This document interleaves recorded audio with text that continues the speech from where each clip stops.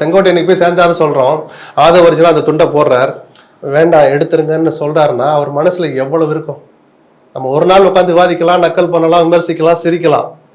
ஒரு தனி மனுஷனா செங்கோட்டையன் மனசுல என்ன போராட்டம் நடந்திருக்குன்னு யோசிச்சு பாருங்க. இந்த ஜெயலலிதா படத்தை வெப்பமா எடுப்பமா, அவரு அதை வெளிப்படையாவே சொல்றாரு.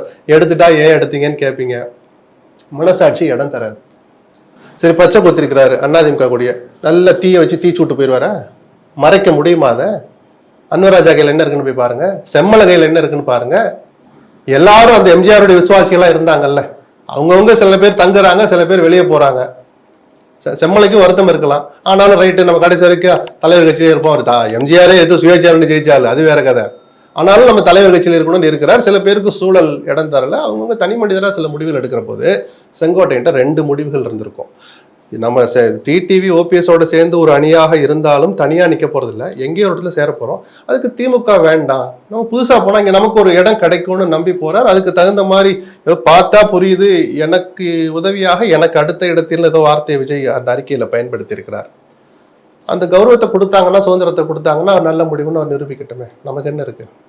இந்த பக்கம் பார்த்தோம் அப்படின்னா விஜய் தரப்புல கரூர் சம்பவத்துக்கு முன்பு பின்புன்னு எடுத்துக்கணுமா, அதற்கு முன்பு நிறைய பேர் மூவ் பண்ணாங்க கட்சியில சேர்றதுக்கு அப்படின்னு, கேட் ஓப்பனே ஆகல. ஆனா கரூர் சம்பவத்துக்கு பிறகு முதன் முறையாக செங்கோட்டையன் அங்க போய் இணைந்திருக்கிறார். அப்ப இந்த விஷயங்களை நம்ம எப்படி பார்க்கலாம்? அந்த கரூர் சம்பவம் ஒரு ஐ ஓப்பனரா விஜய்க்கு இருந்துச்சுன்னு நான் பாக்குறேன். சரி, ஒன்று நடந்துருச்சு, நம்மளால சமாளிக்க முடியல, தடுக்க முடியல, இதுலேருந்து மீண்டு வர்றதுக்கு பல பேர் பல விதமான ஆலோசனையை சொல்றாங்க. ஒரு வீடியோ வெளியிட்டோம், அதையும் கிழிச்சு தொங்க விடுறானுங்கன்னு அவரும் பல விஷயங்கள் யோசிச்சிருப்பார்ல.